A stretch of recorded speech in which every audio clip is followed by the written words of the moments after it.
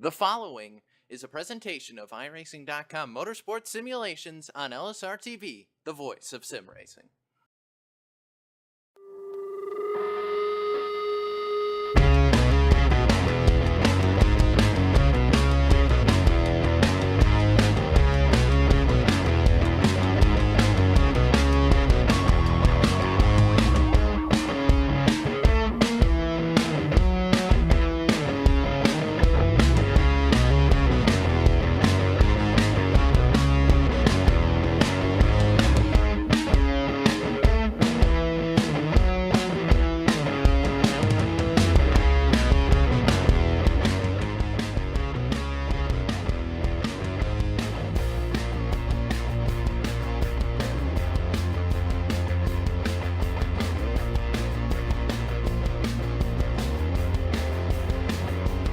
Good evening, race fans, and welcome here to LSRTV in a production here on iRacing Live.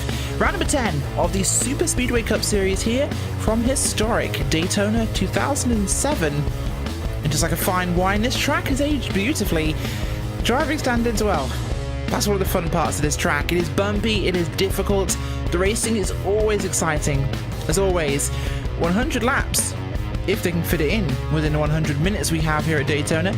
Mathematically it's possible, but with a couple of cautions, things start to get a little untenable. But it has been a fantastic season so far, and well, it has been incredible. 9 races, 9 different winners. Round number 10 tonight, will we see that 10th winner?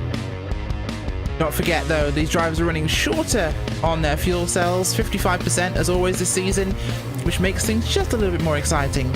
So far in our playoff picture, we have Chris Bassini, Mark Jobison Jr., Brandon Chaburko, Brandon Cruz-Monsivais, Jimmy Coleman, Seth DeMerchant, Harry Teller, who is the first of the drivers in on points, Rodney Warford, Rod Flagg, Daniel Holloway, Ray Rittenauer, and Travis Brown. As we bring in Cisco Scaramuza, who's joining me tonight up here in the LSRTV booth because, well, Cisco, Evan's off playing with monster trucks again. Yeah, Evan's out at Monster Jam event, so we wish him the best out there. And meanwhile, we'll hold down the fort here from probably the most interesting track we go to on the schedule here for the Superspeedway Cup Series. We make it nice and easy for you, for everybody who follows this series here on LSRTV. It's 2 tracks, technically, but it's 3 tracks as well, because we go to Daytona International Speedway, Talladega Superspeedway, and right here at Daytona International Speedway circa 07. And that means, of course, that the track has not been widened at this time framed when they added the safer barrier.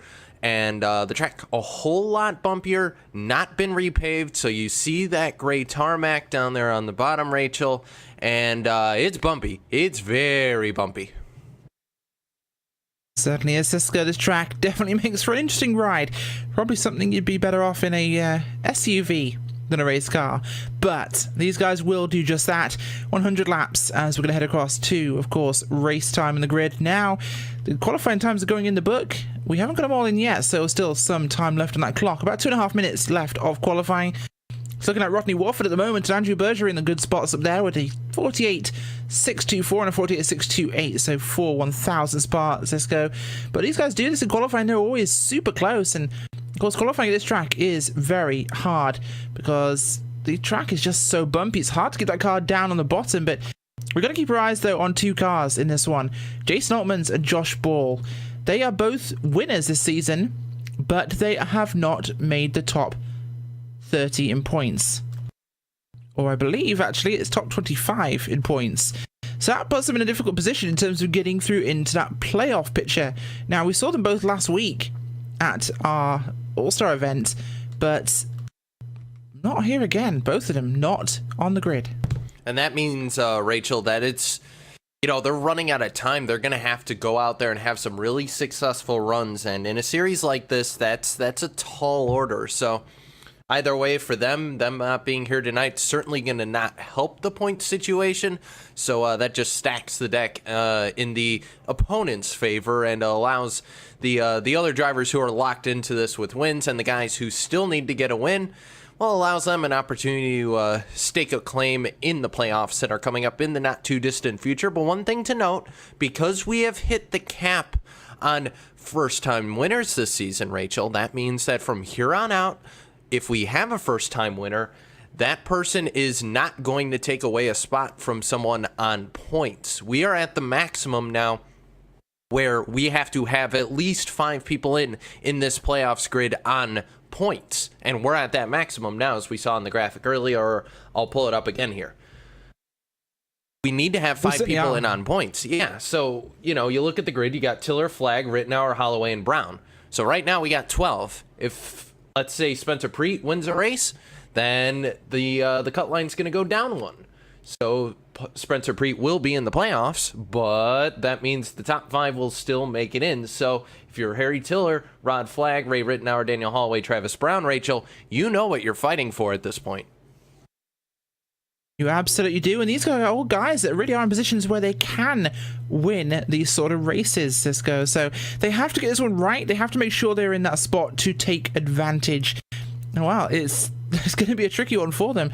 This is our most competitive season to date. It's going to be absolutely incredible to see what comes of this, of course, but this season has been truly inspirational. We've seen such a huge difference. Now, of course, Harry Tiller has won a race this season, but let's not forget it was the duels race, so it doesn't count for points. No, it doesn't, but qualifying beginning to wrap up here, so we'll head down to the grid for a moment. But yeah, Tiller definitely looking for a win, just to make it a little bit easier in his mind. You don't have to worry about the win at that point, Rachel. If you get the win, you're locked in. Tiller in a very good position on points, but that can always change further down the line. Certainly can, and well, we will go to our starting grid here for tonight's round number 10 at Daytona 07. Starting off on the pole for tonight, Rodney Wofford held on with a 48.624. Beside him, Andrew Berger in row number 1. Row number 2, Paul Savant and Mark Jorgensen Jr. With row number 3 on the inside is Brandon Chaburko qualifying for once. Rod Flagg going to start P6 in the number 10 Valvoline Pontiac. 7th going to go to Michael Cozy Jr. in the 77. 8th going to go to Ray Rittenauer. The 2nd, 9th place going to go to Brandon Cruz Monsivice. And rounding out your top 10, Jared Haggerty in that 6. Starting off row number 6 will be Spencer Preet with Victor Bartlett alongside him. Row number 7, Travis Brown and Gary Champion with Daniel Holloway on the inside for row number 8. Andy Kessler going to start to the outside of that row in the 16th position. 17th going to go to Glenn Hedrick in the 21. 18th, Richard Reagan Jr. rocking the red and blue this week, starting 18th. 19th going to go to Dwayne Cooper in the 00. And rounding out your top 20, Chris Patton in that 71. Non-qualifiers outside your top 20, including Jimmy Coleman, Mike Thiel, and Dan Harrington back there. Now, some good times in practice from Coleman and Thiel. They were 13th and 14th in the practice session, so there is hope from them. But we'll see how this one plays out during the race, of course, here, Cisco, as well, this one is going to be a tricky race. We know the timed race format can make things a bit more difficult. You couple that with Daytona 07, we have been here this season, and that's a difficult track to make work for these guys. Of course, when we went there last time, that was back in race number 5, and Harry Tiller won the stage. In fact, he won the Talladega stage in the first stage in the next race as well, so he's definitely up there. Seth DeMerchant took the race win, so Seth DeMerchant strong at this track, and well, you know what? I'm actually seeing him not here tonight, so that's a completely irrelevant statistic. Makes it easier because those guys, of course, locked in on wins. They don't have to worry about it, and Seth's had a strong season, as has all the winners this season. You see a couple of those guys here tonight, a couple guys not here tonight. So either way, quick before we take the green flag here, let's take a look at your track facts for tonight. Daytona International Speedway, of course, built in 1959, 2.5-mile oval, 31 degrees of banking, 55 miles per hour on pit road, and something to note, Rachel, 90 laps here. They lowered the lap count a little bit to try and get this race in on laps. Now keep in mind, we still have to keep an eye on that clock, which we will update for you guys on the microphones this evening. 100 minutes here to finish this race here, Rachel, so they're hoping to get it in on laps, and still a tall order from the high-end bumpy banks here at Daytona. Yeah, we certainly are, and of course, as the cars will head now through turn 3, and 4. The pace car will take that left-hand turn down pit road, and we'll get ready for racing tonight. It'll be a pretty quick start once this pace car does pull off, unlike Talladega last week. The field gets together. American FL green flag will fly, and we're racing here at Daytona.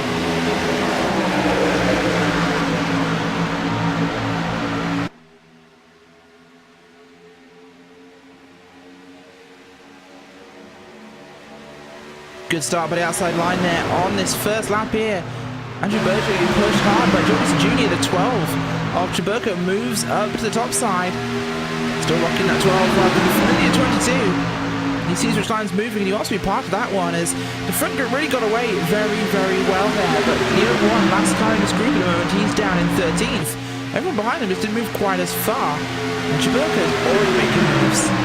Yeah, Chaburko up on the top side. It makes it a lot easier to get to the front of this pack, and being led up on the top side, the 3 teammates, the 24, the 88, and the 12, Berger, Jorgensen, and Chaburko. And the good thing about the top side, Rachel, it's a little bit more even up there, and it's allowing the 24 of Andrew Berger to pull that line along on the top side and make some headway up there. Meanwhile, only 2 cars left on the bottom. Together, the 7 of Rodney Wofford and the 3 of Paul Servant still down there. Everybody else up on that top side, that's where they feel comfortable, and that's where they feel like they can put that car and make moves as they come out of turn 2.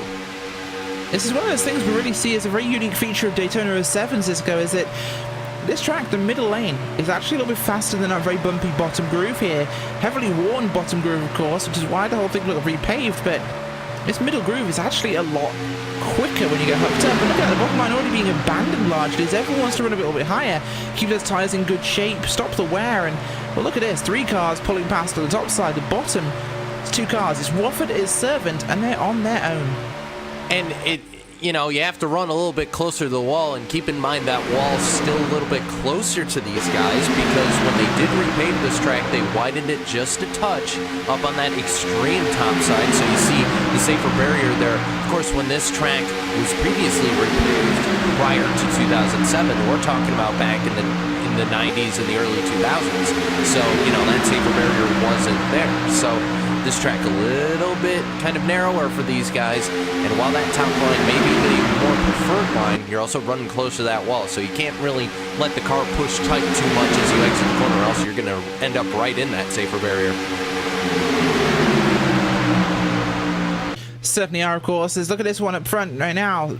Andrew Berger and Jorgensen Jr. there blocking off Chaburko here in this early running lap 4 of our race tonight, and well, they'll stay high and work that higher line now as more cars have got to the bottom behind Servant to Wofford. 72 car there of Preet. 42 car behind him to Bartlett, as well as the 54 Monster Vice. This car's really going to start working now, actually. The bottom side pulling together somewhat here as the top still stronger, it's more organised actually, Cisco, from what we're seeing. And it's a strong lineup. That's going to be the real big factor for them. So the front 3 cars there. Rod Flag up behind the 77 as well. Koza Jr. no slouch on this track. It's Berger, Jorgensen Jr., Chaburko, Koza Jr. and Flag. That's a potent team.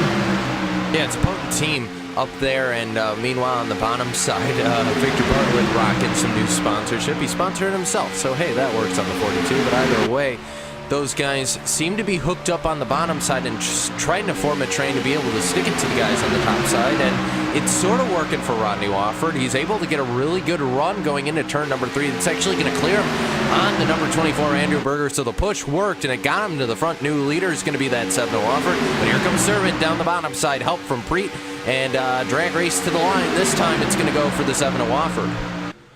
Certainly is. Wofford in a good position here as Servant comes underneath as well with the 72 of Preet there. Berger pushing Wofford now, and that's even stronger on the top side. That bottom really not very popular. But as we say that, of course, Chaburko with his own mind, his own plan, goes down to the bottom there to see what he can do with this race so far. So of course, lap number 6 right now, and with the way this race is actually playing out, it is either very caution-filled or very sedate.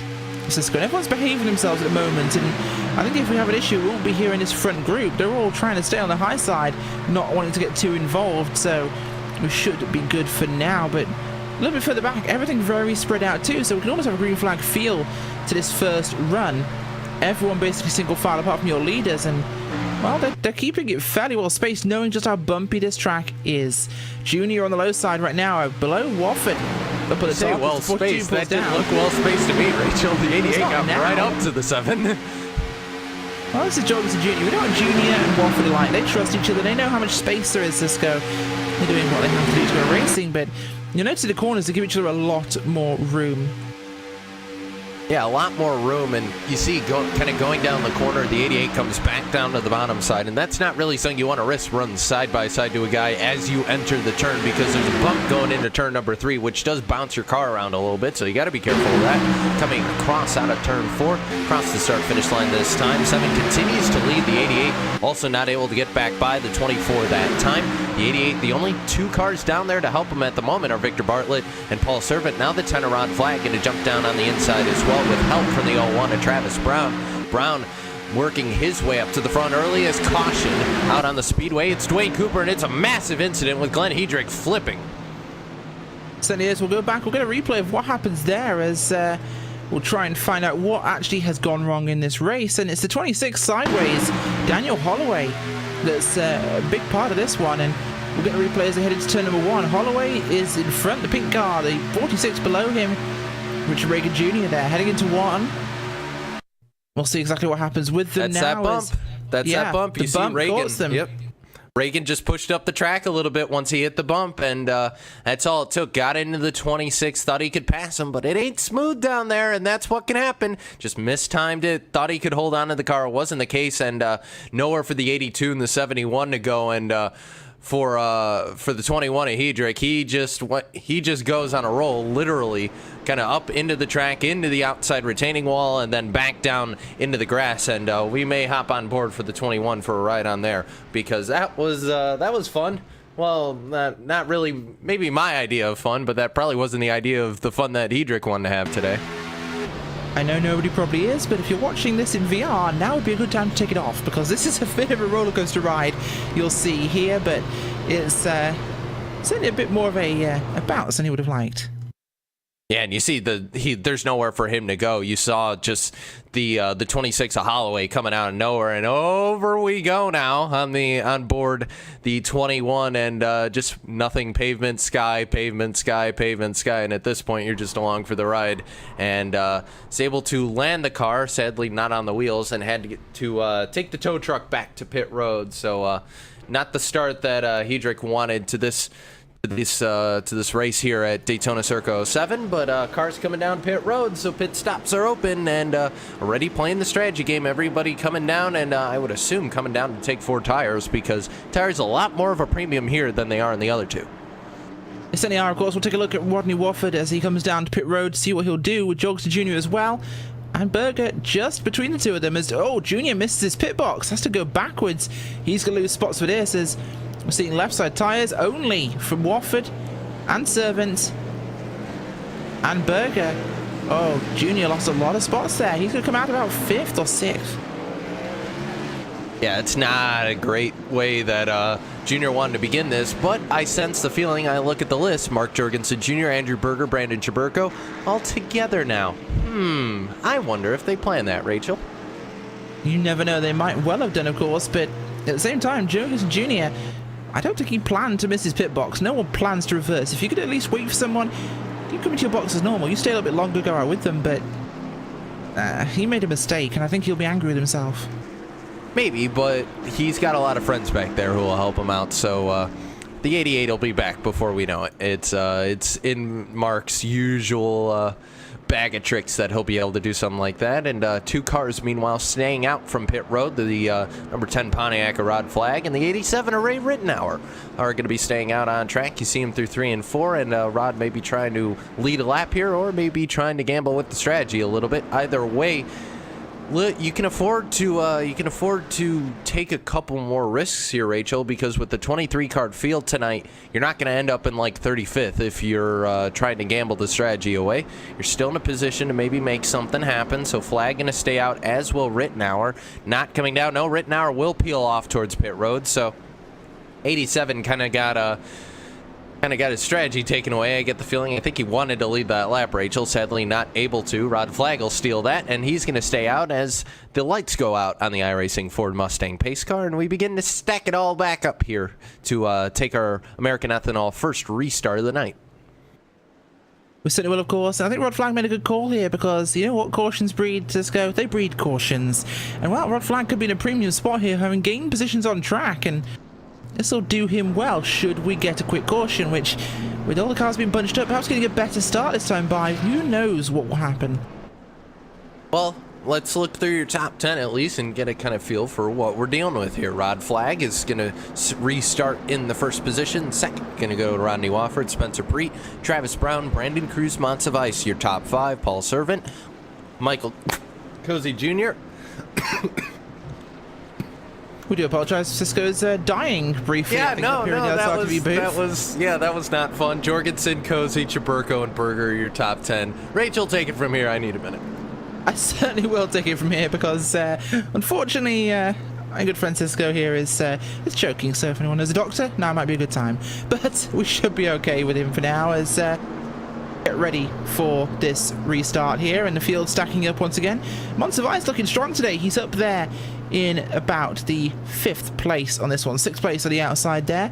Should be a good starting spot for him today as we get ready to go green again.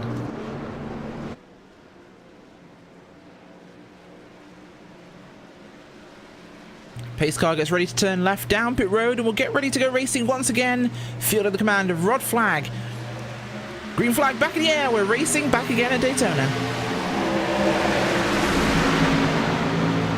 Oh, problems early on there, as I believe we had an issue with an engine on, I think, the 31. 21. Hedrick's engine's blown, which must have been a misshift because he had a new car after his big blowover crash. Hedrick must have somehow misshifted there because his engine detonated on the green flag. And that with him using up his 1 reset already, Rachel, that means it's game over for the 21. So he drank not out the way he wanted to. Apparently, I want to choke again for the 2nd time in about a minute, but I'm going to try and fight it off. Rod Flag leads the pack into turn number 3, almost 3 wide there for a moment, and he pulls right back up. And that's Wofford right behind him, trying to make the move as they come out of turn 4 this time. Flag, though, at the head of the pack. Certainly is there as, don't choke. That's my recommendation on that one. Rod Flag staying up top. I'm trying not. Moves down there, actually, to get in front of the 72 Preet.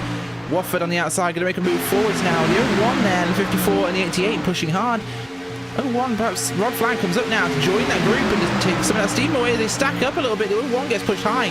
Jorgensen Jr. shuffled low there. A bit of a stack up, actually, from that move. But it did what he needed, and he stays in control of that line. He's probably going to bring Wofford down with him a little bit lower, but not all the way to the bottom. They do just that. They run to the middle line. Heading through 3 and 4, some lap traffic up ahead for them to get past, as that is, I believe, the 82 of Dan Harrington there. Not having the day he would have wanted in this one, Cisco, as... Wow, we're going to get ready now. It's going to stack up. Montsevice makes contact. He'll hold on to it somehow. And amazingly, we stay green there for a moment, and they all got stacked up behind Dan Harrington. I talked about how wide that track was, and it almost ended in tears, as Jake Sperry would say, because, well, that got a little too close for comfort. It did. It was actually the 01 there. Travis Brown, who slowed down behind Wofford after a bit of a checkup, and Montsevice had nowhere to go, got tapped by the 88 into the side of the 3, and after a big wobble down the front stretch, he holds onto that car somehow. Could have been a big wreck, and probably the wreck Rod Flag wanted there, but no matter, he will stay in the position he needs to for this one. Flag, though, going to be in a position where he'll have to come down for fuel in about 8-9 laps here, Cisco, at this rate, so he's kind of in a precarious one. He'll need help if he comes down pit road, as we watch the save by Brandon Montsevice there on the slow-mo replay. They're able to hold on to it, so excellent driving by the driver of the 54. But as we cut back to the live picture here, that basically broke up your entire field because, well, you have this group of Rod Flag. Well, they're sort of together, but they're mainly single file for the moment. They weren't that double wide they were earlier. The only double file right now is for the lead because Spencer Preet just flew by the 10 of Rod Flag. Travis Brown helping him out there up on the top side, but help is on the way for the 10. It's the 3 and the 7, and still trying to push and keep Rod Flag in the lead. Meanwhile, the Rebellion on the outside trying to make things happen. They are indeed. There's newer drivers up there as well, not the usual series bigwigs. Preet, Brown, and Cozy Jr. there working along the top side, trying to get something done with this one. And Cozy Jr. came very close to winning the All-Star race. Of course, Cisco didn't quite make it, but impressive run from him as it's new boys on the outside, old boys on the bottom. I say new, I think we mean relatively new, I should say, compared to our usual front runners. It's an impressive run by them as well here, as Chaburko cannot decide what lane he wants to stay in. He's back and forth and back and forth. I think he's bored. He's bored. Yeah, he looks bored to me, as I think Jorgensen Jr. not too impressed with the sashaying of the 12 car. I like that, sachet. That's your word of the day. Hashtag word of the day LSRTV is sachet. So we'll go with that. But yeah, you talk about the new boys up on the top side. I mean, these guys have had some really good runs. You talked about Preet in the race 1 week ago, and Travis Brown has been knocking on the door for a win for a long time, as has Spencer Preet. Remember, we got to talk to him a couple weeks ago, and he just wants to come out here and just win a darn race already. So I know he's up there trying to go for the win. Travis Brown has been itching for one, and these guys, excellent performance this season so far as the sashaying continues by the number 12. But if they're in a very good position here today right now early on, just as long as nothing happens. Absolutely. I think Martin Jorgensen Jr. might dump him though if he carries on doing that in front of his car a little bit too close, as that's going to be going to go on some people's nerves. But right now, good run on the outside there. The 01 of Brown and 72 of Preet. Side drafting there on the 10 as they get trying to get some momentum on the outside to move forwards. Junior's moved up to help this group, see what he can do, but he's going to be a little indecisive right now. Going to stay down low with the known entities there that he normally races with. About 19 here. Yep, the old guard down on the bottom side, and well, it looks like this is going to be a talking point for the rest of the night. But I'm curious to see the 10. We know he's short on fuel here, Rachel, so he's going to have to pit eventually. Does anybody come with him, or is he basically just fighting off a losing battle at this point? Because assuming the 10 has to come down when no one else does, he's going to have no drafting help when he leaves, and that's going to be basically game over. Hello, apron a little bit for Jorgensen as well as Chaburko, and able to hold on to it as theirs. Apparently, I want to start choking again, but it's... I would highly recommend you eat food the proper way and you breathe through the proper way. I haven't taken a bite in like 5 minutes, and apparently I'm still choking on the one piece of macaroni that got me earlier, so go figure. But either way... This is why mac and cheese is the devil's food. But I digress, as the 10, defending up high, moves back down low once again here. And in a couple of laps, he will be able to come down pit road. It will be on his own because he's not had the caution he wanted. It's been close a few times, but we've not quite seen it happen so far today. So that will be the tricky one in this race to see whether this or not will actually work. But lap traffic kind of sitting in the middle of the track. He moves up and out of the way. That was, I believe, the 71 of Chris Patton. And everybody down makes and out of the way. Nice and easy. They do, just about. As up now, things getting a little spread out here actually, this front group. Everyone's in different lines here as everyone's trying to get past Flag, who seems to be trying to pick whatever line he can to defend this position, but just not able to really change what he's doing. Yeah, Rod trying to be the Gandalf of this situation. 3 wide. Hello, Travis Brown in the wall. It did not work. That was an oddity there. I think everybody got shuffled up there, and Travis Brown once again short end of the stick. They'll go by some lap traffic. I believe that's Harrington again. Dwayne Cooper in the double. Oh, and he'll go in the wall, and it's gonna be trouble. He's spinning around the tri-oval, but down to the apron right now. Meanwhile, another car as well, the 01. There's the caution right there. Oh, big impacts actually. We'll try and get a replay of what happened with Brown there, as in fact, we'll show the replay with Brown as the 00 in the wall. Ran out of room. Hits the wall, comes down all of a sudden, hits Brown. Brown hits the inside wall, comes back up the track. And it's Brown coming back up that racetrack that just gets in the way of the cars going high, and big hits. 3, 4, 5 cars in that one. Big problems for them. But you know who's really happy right now? Rod Flag. Oh, Rod got his caution that he wanted. He's absolutely happy, but the 01 literally hit the skin inside. Of the teeth. Yeah, but he hit the inside pit wall, and just nobody slowed down there. You saw the 42 of Bartlett just come flying in with Berger pushing him. I don't know if he just thought he'd miss the 01 or what happened there, but either way, huge impact by Victor Bartlett there. Nowhere for Andrew Berger to go either, so we're right on board that 42 right now and watch this from his camera. But yeah, Rod Flag able to get away with staying out, at least for the moment.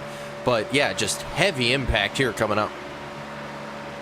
I believe you're being told by I'm hoping a medical expert in the chat, although mechanic guy doesn't sound like a doctor. Try punching yourself in the stomach and maybe that will dislodge the piece of macaroni. I'd say that's sound advice. Yeah, okay. I'll, maybe during a break. Maybe I'm not going to do it live on air for everyone's amusement. This isn't gladiatorial announcing. We're not doing that on live. I'll do something. I think we might get more viewers if we did that, Cisco. Don't you try and tempt me with that. It would work. We're not selling out quite yet. But speaking of selling out, no one has to sell out. But speaking of selling out, we are about to come down pit road now for our stop. So we'll see what happens with these guys. But we aren't selling out when we tell you this, guys, of course. But you know what really makes our life so much easier here at LSRTV? Is it Joel Real Timing? Yeah, it's Joel Real Timing. And that was a segue and a half. But coverage of Superspeedway Cup, of course, is brought to you by Joel Real Timing. It's the official timing software of LSRTV. It's what we use to keep up on top of the races. Whether you spend your time on the sim behind the wheel, or in the pit box, or from the spotter stand, JRT is the go-to software for iRacing timing and scoring analytics. Get yourself a basic download or get the pro version today at joel-real-timing.com. That's joel-real-timing.com. Everybody down pit road right now. Survey says Paul Servant, thank you very much. He'll lead them off pit road. 2 cars staying out. No, Rod Flag just got out ahead of everybody else. Yeah, and it looks like 2 tires. No. He beat Servant to the actual cones. Oh, he was. So I think he might have off the had side of the screen there. I didn't see him. Darn it. Yeah, he stays ahead. Red flag. I think is holding the pole position there after refueling. So he has gotten the best place. He gained spots in the last stop, and now he's exactly where he needs to be. Except for the fact that Mark Jurgensen Jr. decided, no, I'm gonna stay out. No, he didn't. Okay, I'm confused now. No, did he come? Did he? So he did pit. So how did he beat everyone off pit road when his pit time was? Okay. I have literally no idea. Well, he beat everyone off pit road. So congrats, Mark Jurgensen Jr. But now he's falling to the back here. So penalty, maybe. Could have sped on pit road. That would be a problem for him. So Jorgensen Jr. to the rear of your field in this one, and he'll have to basically do this one all over again. But it's not going to be too difficult for him. That's 15th place with the cars lapped down at the moment, including Daniel Holloway, Travis Brown, Victor Bartlett, Andrew Berger, Darian Cooper, Dan Harrington, Chris Patton, and of course Glenn Hedrick. It's back out on track somehow because his car... I think he tried to repair his car under the first crash. And that's somehow, why the engine blew. Yep. It wasn't destroyed, apparently. I don't know why he decided it would be a good idea to flip and not actually repair your car, but you know what? Apparently it worked. He's back out on track with a spare car now, so he has one final chance to save this thing. And normally, yes, I would agree. Normally, I'd agree with the fact that Jorgensen was able to take 2 tires and come out ahead of everyone, but the last time he was on pit road, he was there for 15 seconds, so there's no way on earth that he was able to get tires in that time. So, well, either way, that means the lead's going to go back to Rod Flag. Paul Servant's going to be second. Spencer Breed's going to be third. Michael Cozy Jr. is going to be fourth. And Rodney Wofford going to be fifth. And wow, this is... Yeah, this is still a thing.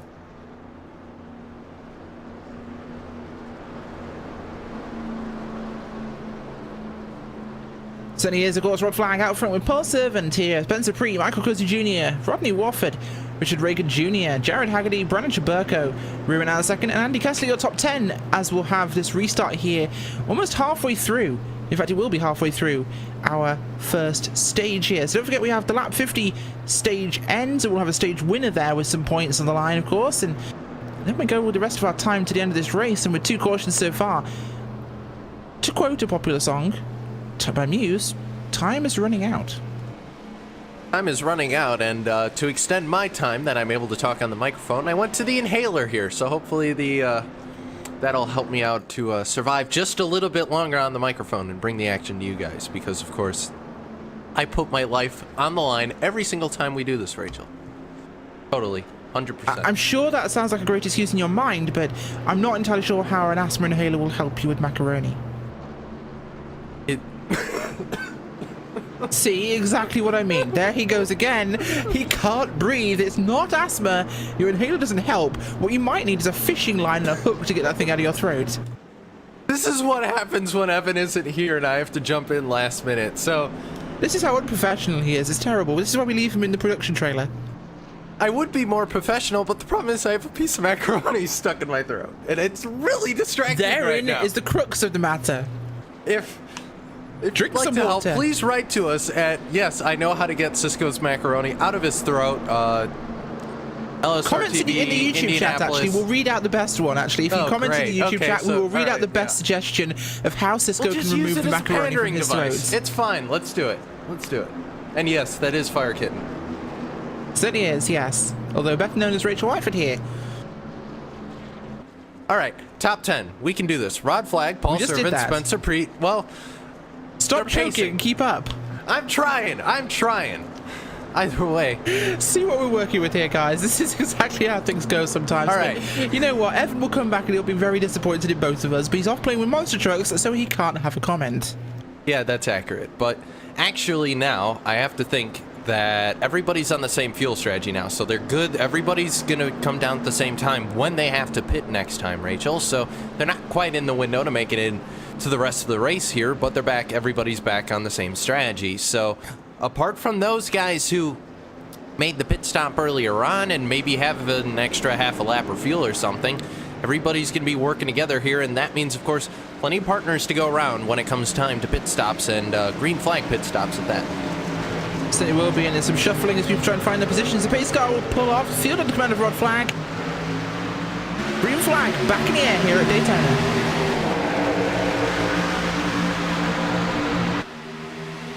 Heading off into turn number 1 this time by. Good start by the low side, not so much by the top. Paul Servant, Michael Costa Jr., the 46 car there. Oh, Richard Reagan Jr. up front now. 98 as well, Andy Kessler up there too, as we've got a lot of newer drivers up here at the front. Big spread in terms of where our veterans are in this field. So Rod Flag not going to be able to hold that top, moving back up again. He'll have to stay on the bottom. Paul Servant going to get a good run, but it might not be enough heading into turn 3. It won't be, in fact. Flag will hold that bottom line. It's a good strategy early on by Rod Flag as Paul Servant thinks about going for that side draft and thinks better of it here at Daytona 07. And will stay a little bit higher up, about a car's width for the moment. Yeah, side by side still across the line, and Flag gonna barely hold on to that lap lead is the number 10, and getting a lot of help from the 72 Spencer Preet, but they're spread out behind him. Jared Haggerty, not sure where he wants to go. Nope, no room really on the outside at the moment. Montsevice is there, but the gap opens up, so Haggerty will stay up in kind of that middle high groove that everyone's been kind of using as that high side, and it forces the guys down on the inside, Rachel, and that means it's a lot harder to be able to control your car. And if it bounces out, they're hoping that these guys, instead of trying to save the car at full throttle, that they actually have to get out of the throttle, and of course, then in a position. So, chess, I guess you could say, chess at 200 miles an hour, not bad. And it's getting a little shaky right now. I think someone's going to go to Bishop 12 for this one, but we have to be careful because there's a potent pair coming through the field. That's the 18th of Jorgensen Jr. and Brandon Chaburko. Those two running currently down in 11th and 12th place. But they're making time very quickly, and don't put them aside from a 3 wide, even at Daytona 07. Haggerty's still unable to type what line he wants to be in. He's kind of happy playing both. Pushing right now the 46 car of Reagan Jr. As they move forwards, it is still looking strong on the bottom as we've got Flag, Preet, Wofford, the 98 of Kessler down there, 24 of Berger. Bottom side looking much stronger this time. Yeah, off turn 4 they come, and side by side still for the moment, and Servant made an attempt on the high side, but nothing there.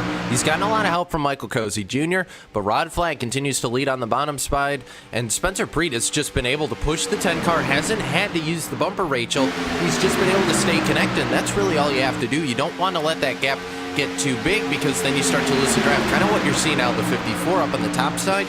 He gets close and pushes the 77, but the problem is, then once you go in the corner, he backs off the throttle and loses all that time and has to gather it all back up. Preet's been able to just stay glued to the back bumper of the 10 and really hasn't been changing that gap all too much. Certainly hasn't been, of course, but Flag there is doing what he can to try and keep ahead of these guys here. Servant with another run on the outside. Won't have a chance to move up here, but he does exactly nothing. with this is they've come up alongside a lot, but it doesn't seem like the top side's got quite the cohesion it needs at the moment to kind of really push and get past the low side. But now 12 and 88 committing to that high side here as they break into the top 10. Can they bring this top side together and get some momentum going, or are they going to make their own line? Well, they're trying to, but the problem is they're just not going anywhere right now, Rachel. But two members who might be able to help that out a little bit, Chaburko and Jorgensen now on the top side, and Chaburko looked to make it 3 wide there for a moment. Not going to happen, though, on the 6 of Jared Haggerty. They'll stay nose to tail at least through turns 3 and 4, but Chaburko kind of backing off a little bit, maybe seeing if he can get a run here on those guys in front of him. As we look back from Jared Haggerty, you see Chaburko and Jorgensen both there looking for the opportunity to advance that position and maybe try and mix things up here as we just completed lap number 30.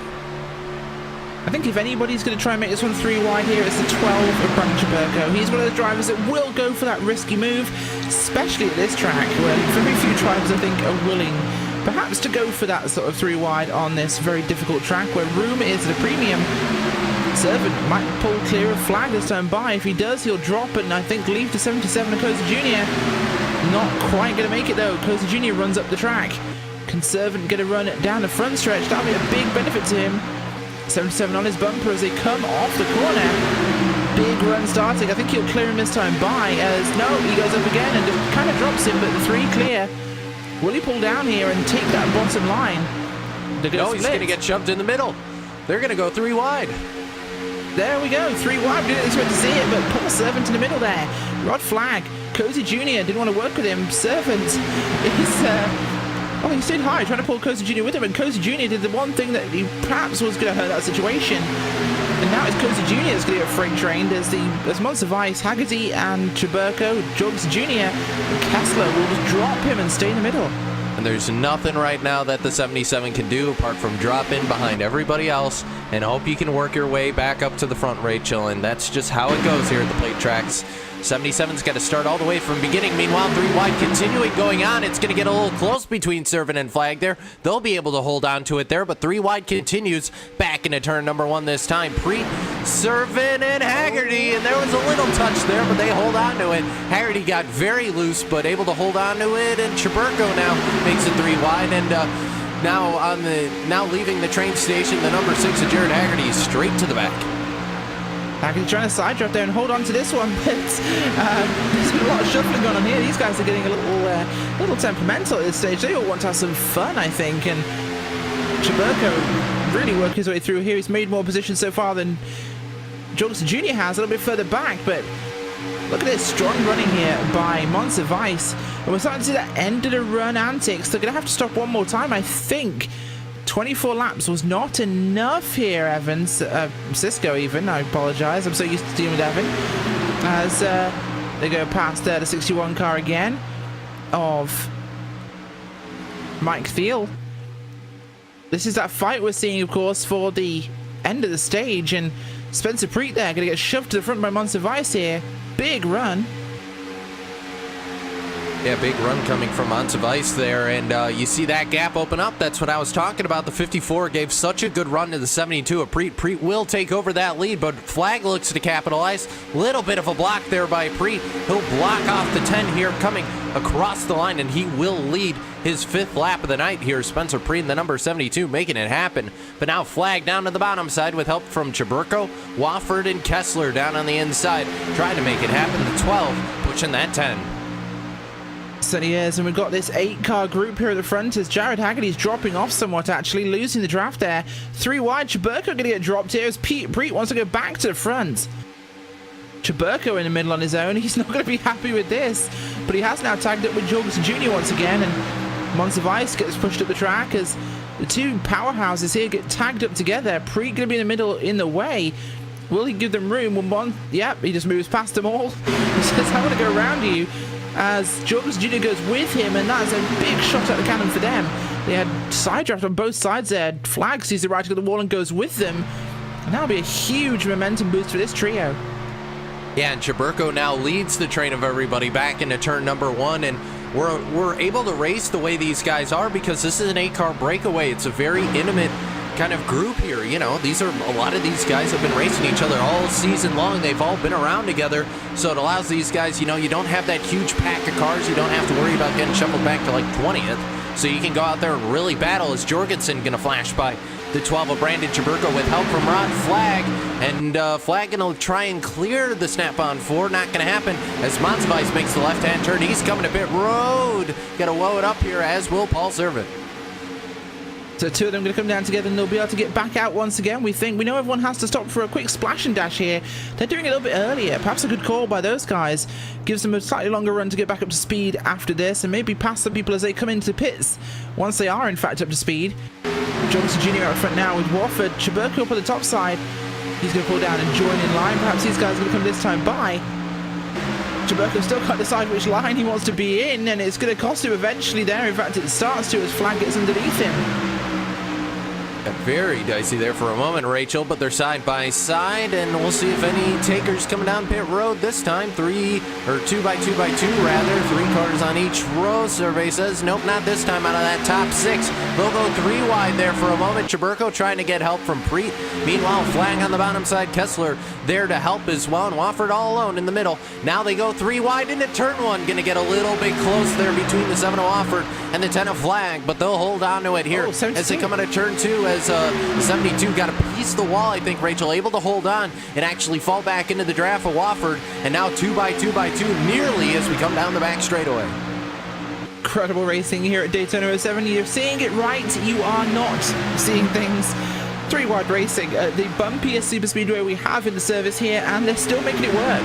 This is the quality of drivers here at the Superspeedway Cup. You know, we talked about it last time out for the All-Star race, of course, Cisco. They were being a little bit crazy there. There was nothing but honor on the line, and we saw quite a few cautions, and people were like, my God, these guys can't drive, but they have been proven wrong here today. This is driving we're seeing right now. This is some of the best superspeedway racing I think we've seen in a while. Yeah, absolutely. The smaller group allows them, Rachel, to have a little more confidence when they're making these moves, and they can, you know, get all nice and dicey here and keep swapping positions back and forth because they don't have to worry about getting shuffled out of line and sent back to 15th like I alluded to earlier. So these guys racing each other very intensely here and putting on a great show for the fans at the moment as we come out of turn 4. Survey says any takers this time for pit road? Nope, but we got a couple cars working their way into this battle. It's the 46 of Reagan Jr., the 24 of Andrew Berger. Berger a lap car, but Reagan very much in this fight. Very much is indeed, as things spreading out a bit, as I think people are going to get ready for that pit stop at some point soon. They all have to do it, so when they do it, it's going to be the important factor here. Monzvice and Servant going to last cars on the lead lap for now, but they'll cycle through, of course, as Wofford, Chaburko, Preet going to go past the car there of Jorgensen Jr. Flag's going to get caught on the top side as up once again. Oh, Chaburko nearly gets turned by Preet there through 3 and 4. Preet drops back a little bit and gets off his bumpers, saves the whole pack of them, but no one coming down pit road yet. They're going to leave this till the last second, I've got a feeling. And they may all just come down pit road together. It wouldn't surprise me at all, Rachel. And that means, despite the fact it's been a very spaced out battle in the pack, 7 cars, 8 cars trying to make it down pit road all at the same time can get a little bit dicey here. So we'll watch to see if anybody comes on the mic and lets everybody know they're coming down pit road this time, or they're just going to run those cars out until there's literally no fuel left in it other than just enough to get you to your pit box here. But Chaburko leads. They're starting to go single file, Rachel, so I think that says a lot right there. 46 underneath the 7 of Wofford here. We could see pit stops this time. Think we could. It's looking like this might be the time we see them come, and no one's going to do it. No one coming down this time by even still. So we'll see what happens from this. Will it be this time by another line forming? Clearly, Wofford doesn't have designs on pitting with Preet or Berger. But maybe the guys on the low side do. Maybe this is the time when they think this is a good time to come, because they're getting single file and ready, but we'll have to see. Yeah, and Wofford continued to fight on the outside as they'll go side by side up in front. Chaburko went to the middle side, and now the top side blocking the 88 of Jorgensen, not letting him make a move here. Wofford will drop to the inside, so he's back up to 3rd already with those moves made. Survey says as they come out of turn 4, do we see them hit pit road? Nope. They're staying out, so 8 laps to go here, Rachel, before the end of the stage. If they can make it to the end of that stage, they may be able to come down pit road, but it's going to be very close. I don't think it's possible, actually, Cisco, based on the numbers. I think they can't make this, and that'll be the important one. The group behind them haven't pitted yet. Actually, no, they're all coming down. Rittenauer, Cozy, Haggerty, Champion just come off pit road. So a lot of the guys behind them are all pitted. They know they have to come, and everybody's single filing now. I think this is the signal. This is the signal. Everyone's about to come down pit road. They've all gone single file. They've stopped racing. They know this time they're coming down pit road. This is going to get very dicey here as they come out turns 3 and 4. Who makes the first move? Is it going to be Chaburko to lead them all down? Yes, it is. They all are coming down. There goes Kessler, tagged by the 46, and he'll barely miss Wofford. Chaburko locks it up. He'll go in the grass, and Jorgensen a little bit of grass as well. And I said something might happen, Rachel, and it just about did. Chaburko somewhat saved it, but a little bit of right front damage, and Andy Kessler, meanwhile, backed it onto pit road, was able to turn that car back around and get it sorted, but that's what happens. This is what happens when you have a big group of cars pitting together, and it nearly cost them there as Kessler's got a little bit of damage. So does Jorgensen Jr. So does Chaburko, of course. Chaburko slamming into the side of Jorgensen Jr. That's not going to do his car much good. Big left foot damage for him.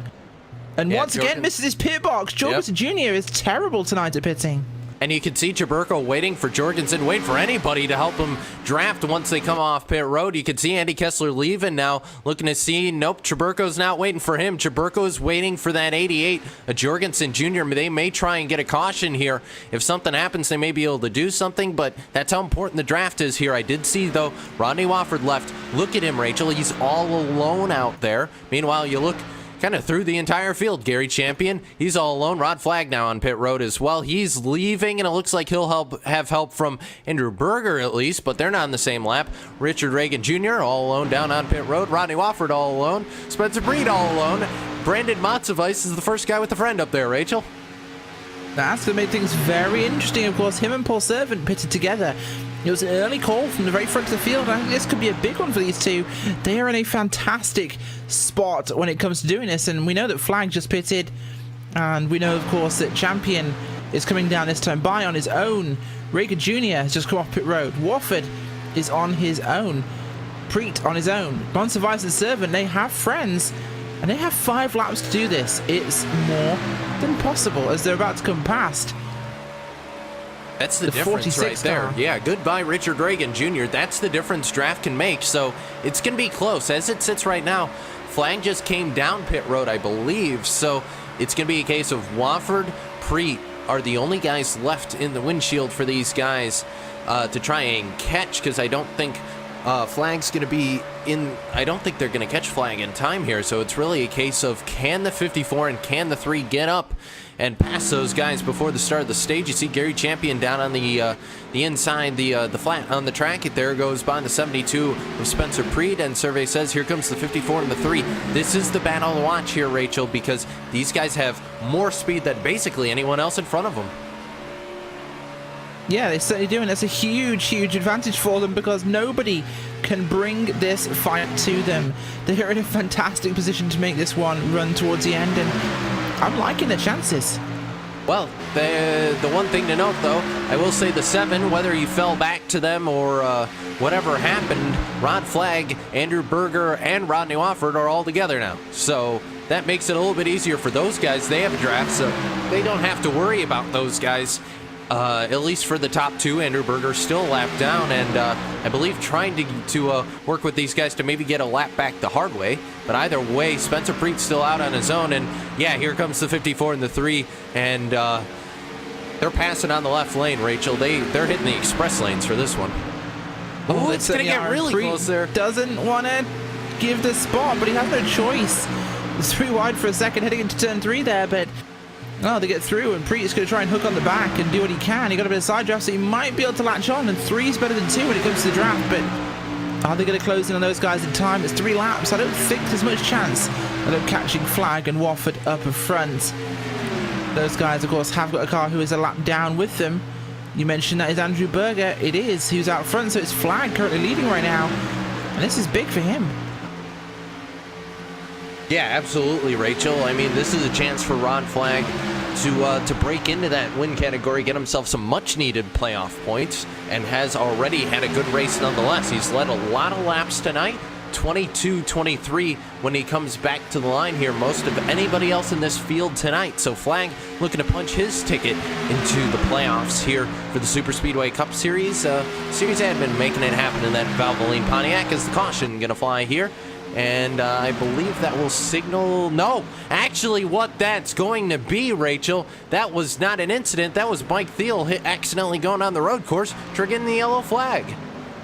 Oh, problems for him there, but this is, of course, going to go through our lap 50, so this will be our caution, I'm guessing, as this time across the line it'll be lap 50, so it's looking like Rod Flag is our stage winner. Yeah, and that's a little known caveat on the sim here, Rachel. You go onto the infield or into an infield road course when you're on an oval, that will trigger the yellow, and as it did right there. So Rod Flag going to be declared the stage winner here, assuming he can have the field to make it to the end here. He's on the flat already, so I think he's good to go. He might have short fielded that car just to make it to the end of the stage, knowing, Rachel, that the caution was going to come out. So I think Flag should be good to the end here, but either way, it was basically an open and shut book because I didn't think it was going to change very much, but this just kind of cements it. Very much so, of course, but at the same time, this one has been a bit of a shake-up. We've had a very exciting first half of this race, and things have been pretty decent. Rodney Wofford was faked a pit road there. I don't think he'll make that move yet. But Monts of Ice actually comes down. He knows he's not going to win the stage, so time to pit early. Only car to do so. Interesting choice. Might come out ahead if everyone else pits. Yeah, but if he doesn't have any friends to do it with, Rachel, then he's going to be kind of out on his own. I don't see... Well, there's the 77 at Cozy, so Cozy will come down with him here. Haggerty just leaving. Okay, so there are some more guys coming down, surrendering those playoff points to come down and get some more fuel and tires. So strategy calls being made here. I like the idea, Rachel, especially if you're someone like Monts of Ice who's locked in here. You're going for a win to get yourself those extra bonus points when the playoffs start. You see the 54 moving to the left side. Him, Cozy Jr., Haggerty, all coming out at the same time here. They'll be back on the lead lap. Meanwhile, the top 7 stayed out. So, well, those are the guys who are going to be in position for points. And Rod Flag taking away the playoff point here today. He's going to be thrilled about that one. Certainly will be, of course, and well, we're going to see how this one does play out once we get past our caution and into the second half of the race. Of course, don't forget, we're now time limited. This is lap 50 in our caution. The rest of the race will play to time, unless they can make it to lap 90, which after today's race looks plausible. It's been But as we cross the halfway point, yeah. Let's go. Tonight's race, let's take a look at our iRacing midway race break. Brought to you by iRacing, the leading online racing simulation developed from the beginning as a centralized racing and competition service. iRacing organizes, hosts, officiates races on virtual tracks all around the world, and in the fast-paced world of esports, iRacing is a one-stop shop for online racing, with officially sanctioned series from NASCAR, IndyCar, IMSA, World of Outlaws, and more. Looking at our run-through as things stand, it's Rod Flag, Rodney Warford out front, Paul Servant and Spencer Preet, Gary Champion, Raven out second, Spencer Preet, Brandon Cruz, Monts of Ice, Michael Cozy Jr., Jared Haggerty in 10th place. Yeah, and then sitting 11th right now in the order, Andy Kessler. Mark Jorgensen Jr. runs 12th. 13th going to go to Brandon Chaburko. Richard Reagan Jr. running 14th. 15th to Daniel Holloway. 16th to Andrew Berger. 17th going to go to Travis Brown. 18th to Daniel Harrington. Glenn Hedrick is 19th. And rounding out your top 20 is Mike Thiel. Behind them, Victor Bartlett, 29 laps down off the racetrack with Dwayne Cooper as well, and Chris Patton also retired from the race so far, so 20 cars still running. It's a nice round number. But, of course, that's been a look at your iRacing midway race break here. For more information on the wide variety of sim racing possibilities online, visit iRacing.com to sign up today. For limited time only, you can now visit iRacing.com/World of Outlaws and take advantage of some exclusive promo codes and get yourself on iRacing with a 1-year membership for half off, or simply give it a try for 3 months membership for less than $5. Again, that's iRacing.com/World of Outlaws. Well, Cisco, we're at a point now we're waiting for these guys to cycle through. I think we're gonna head to a quick commercial break and we'll join everybody for the green flag. Yeah, sounds like a plan. So everybody, stay tuned here. You're watching the Superspeedway Cup Series right here on LSRTV, and we'll go LSRTV nonstop so you don't miss a moment of the action. Under caution here from Daytona circa 07. This is LSRTV, your home for sim racing.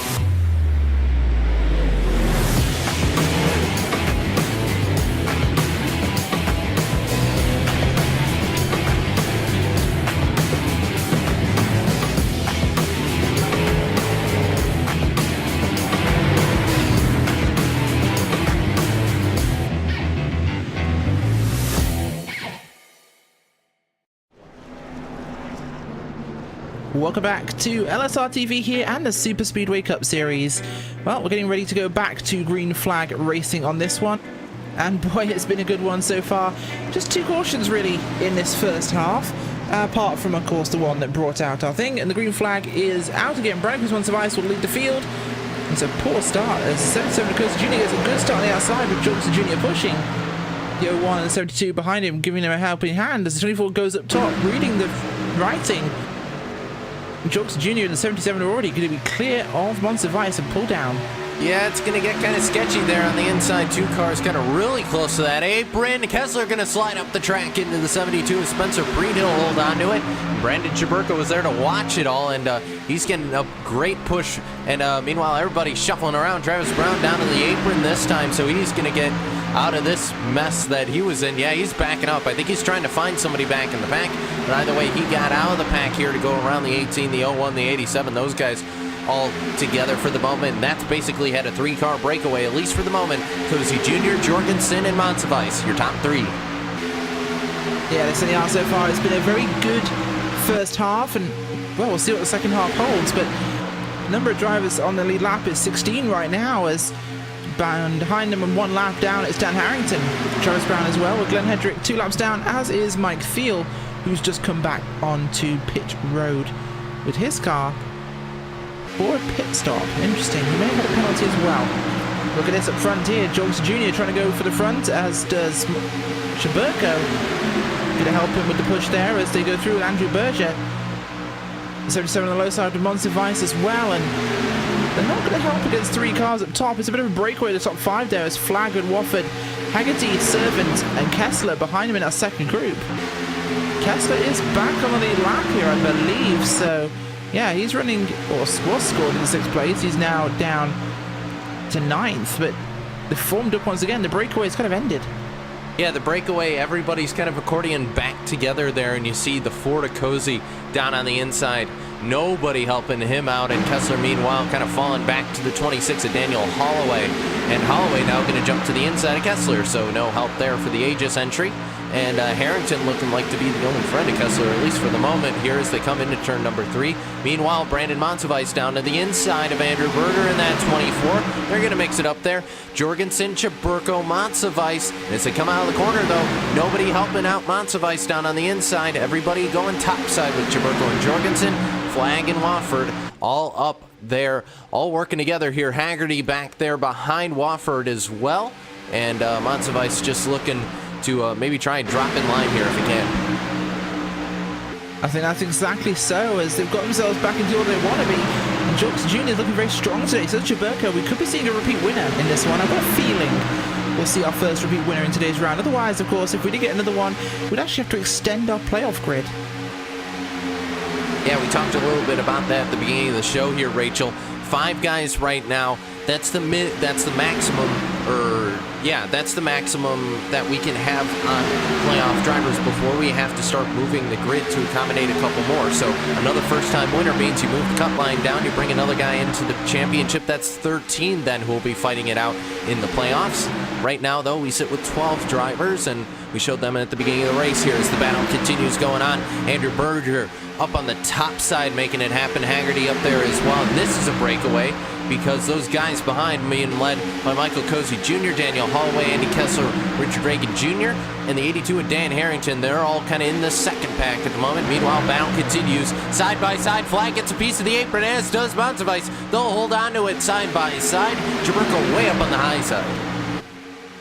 Yeah, things got a little shaky for a second there as they get going once again, and Jorgensen Jr. went up to block, but Chaburko dives underneath him and with the momentum shoots to the lead there. Big run from him as he comes down to try and block Flag. A bit of a congestion run there on the front stretch into turn 1 here. As Berger can kind of get kept out and cold on his own up there. He will not have any friends at the moment. The 12 and the 88, 1 and 2. Yeah, the 10 looking for anywhere he can put his car. The 7, meanwhile, down on the inside, trying to make it happen. Flag going to come down, and Jorgensen going to block for the 12 of Brandon Chaburko, and Flag with nowhere to go stacks up the inside a little bit. You see the 3 kind of have to get off the rear bumper of the 54, and he'll fall back. That second pack's back here now because Daniel Holloway is up there, Richard Reagan, Andy Kessler, and also Dan Harrington up there as well. Cozy Jr., though, has wound his way back up into this fight here. An excellent job by the driver of the 77. He's up on the top side. 4 cars up there himself. The 6 of Jared Haggerty, 24 of Berger, and the 12 of Brandon Chaburko, and now the 88 of Jorgensen up there to block. Yeah, big move there by Jorgensen Jr. Just the right time to not really cause a check up there. Not a big one at least, of course. As this is some good racing by these guys. They're keeping it nice and sane in this one. Nothing too crazy, but they're racing very tactically. This track is certainly making them respect each other a little bit more. Not as close as they always are. As Chaburko probably make another crazy dive move here into this tri-oval. Stays in line for now. Made it look like he was going to go, but 88 did not drop down to cover. As the 24 does drop down to the low side and gets underneath Chaburko. 88 moves down to block the run, now forming on the bottom side. Chaburko kind of left out in the cold. Yeah, Chaburko, this first car that's going to be able to help him on the outside can be Haggerty. Now Berger looking for the lead. Sways right, goes left. Nothing there, though, for the driver of the 24, and just trying to get anything he can. They're going to be coming to 30 laps to go this time at the line, Rachel, and I'm starting to think, I think they're going to make it. 40, I should say. Oh, absolutely. I think they're definitely going to make it this one. 30 laps to go, and we have 42 minutes remaining on the clock, so things looking very positive to go to the lap number in this race tonight. So that'll be a great achievement if we can make it all the way to the end here without a problem. But we're about halfway through a run now, so another maybe 11, 12 laps in this, and we have another pit stop. Will it be green? Could well be. Touch wood. So hopefully they'll do just that, and they'll keep things in one piece. But well, you know, racing is going to be one of those tricky situations where we're not entirely sure how or what they'll do, but we know it's going to be exciting. Yeah, Jorgensen looking to take the lead and hold on to it, but Flag's there on the bottom side. A little bit of help from Rodney Wofford in the 7. They'll make it off turn 4 this time. Lap traffic coming down. It's Dwayne Cooper in the 00, and they're going to have to go 3 wide here through the tri-oval, and will they make it? Looks like it's going to get a little tight there between the 10 and the 24. They'll hold on to it, though. Cooper safely by, and it's going to allow maybe that bottom side to get a little bit more wound up and head into the corner here. Flag trying to clear the 24 of Andrew Berger and see if he can jump to the high side, get that run off the corner, and nothing there, at least for the moment. Flag, though, looking to kind of go mid-range, and that's where Jorgensen's going to do, waiting to see if that 24 gets a run. Maybe block him here as they head back into turn number 3. They very much do, and we'll see what they develop from this, and if it will end up being a bit 7. of a... Oh, problems! Caution flag will fly. We'll go back and get you a quick replay of exactly what happened there, but Rodney Wofford in a very bad situation with avoiding a far bigger wreck, I think. Just gets tagged by Monsivice in the rear quarter, turns him sideways, Servant drops out, and a very minor crash actually for Wofford there. Could have been far, far worse. Of course, still going to have massive repairs and replace that car, but that could have been far more dramatic. It was a very quiet crash. Yeah, the 7 spun up in front of traffic, and that's what triggered the yellow there. You see it on the slow-mo replay that time. Nowhere for the 54 to go. He's got the 3 on his back bumper. He's got the 7 basically welded to the nose of that Chevrolet. So Wofford gets spun around here and does an excellent job. Light contact in the wall could have been a whole lot worse. Everybody misses him. So a nice 1 car, for the most part, incident there with the 7. So they will hold on to it now. And now the question is, what do we see in terms of pit stops? Do we see guys maybe trying the 2-tire strategy to get out ahead, or is everybody going to be safe and take 4 tires? I do look at that pit timer, Rachel, and some guys have even elected to take fuel only, which I wouldn't recommend at Daytona 07, but some guys have been trying it. So, hey, let's see what happens here. Pit road should be open this time. Certainly will be, of course, and we'll see the guys all come down pit road here, because this is far enough through a pit stop, pit cycle even, to make this one matter. What we'll focus on, though, is Jorgensen Jr. Can he make it into his box this time without missing it? We'll have to see. Single file down into the pit box this time. Survey says he's good. Oh, but someone in the problems. wall, flag. Yeah. Yeah, didn't hit it too hard. He kind of slid next to it, but he missed his pit box as well. He's trying to get there close enough to actually make a pit stop, so Rod Flag with a terrible stop there. But Junior out with no problems. Monsivice looking to pick up a couple spots there as well. As Berger going to follow him out, then Chaburko, Preet, and then as well Holloway, Kessler, and Reagan out as well together. Flag going to lose all these positions. He's going to be starting around probably the 15th spot here, Rachel. So a lot of work for that driver, the number 10, to have to work his way back through the field here. 1 car did stay out. It's Jimmy Coleman in the 78. We haven't even talked about him all night. The bright green 78 Toyota Camry, I believe the only Toyota in this field tonight. And he's already got a win, so he doesn't have to worry, Rachel. Just going out there, leading a couple laps, looking good in, I believe that is a Punisher schemed TRD number 78. Very much is, and it's a good run at this stage for these guys. There's, again, a small crash, but it has given us that caution, and it puts us in a position where they could make it to the end on this if they're very frugal with their fuel. It could be possible, if you're back in the pack, to save enough here to run to the end of this. Because when we actually know, I think the drivers who are smart here, Cisco, they're going to come down with 1 to go and top off, because then I think they can make this. And that's what Coleman's going to do. He motions left to pit road here, so I am absolutely on that strategy. Come down, top off. It's going to make your life a whole lot easier. Less fuel you have to save, less worry off, or some of the worries off your mind at that point, Rachel. So 88.77, that's what I'm thinking here. They're going to wait till 1 to go because they don't have to come down every lap and do it. So I like the idea, Rachel. I think that might be the way to go, and you just might be able to make it. Barely. It is going to be incredibly close, though, if they do. And that'll be the telling factor of this. Can they just about make it? Well, we'll have to see. A lot of drivers did come down to get a stop, of course, as they're going to filter back onto the racetrack here and see what they can do. Jimmy Coleman, heavy damage to the back of his car. He's not going to be fixing that, I don't think. Might not affect him too badly, but yeah, they always I mean, it's only a little bit of rear end damage, so as long as he's got someone pushing him, Rachel, he should be okay. So, because I don't see any nose damage on the 78, so I think he'll be okay as far as that goes. He just needs to make sure that he's got a decent pusher behind him who will be able to keep him up with that pack, or just stick on the back bumper of someone like, oh, I don't know, Rodney Wofford, who's kind of come back to these guys after he came down pit road to top off. So Wofford sitting in that 12th position, keep in mind, and I believe everybody going to come down with 1 to go, which I do believe is going to be this time. very much, and we'll see that 1 to go. I believe you're right, as we'll cross the line this time by. Keep your eyes on those lights on the iRacing.com safety car. Jorgensen Jr., Michael Cozy Jr., Lost Juniors, Paul Servant, Jimmy Coleman, Brandon Kuzmans of Ice, Andrew Berger, Brandon Chaburko, Spencer Preet, Daniel Holloway, and Richard Reagan Jr. So juniors at the top and juniors at the bottom as number 10 of Rod Flag pits from 11th place, along with Wofford for late fuel. So these guys are thinking what we're thinking here, Cisco. I think we're seeing this the first twinklings of a plan. Hedrick comes down as well, as does Kessler. I think these guys are reading our signals.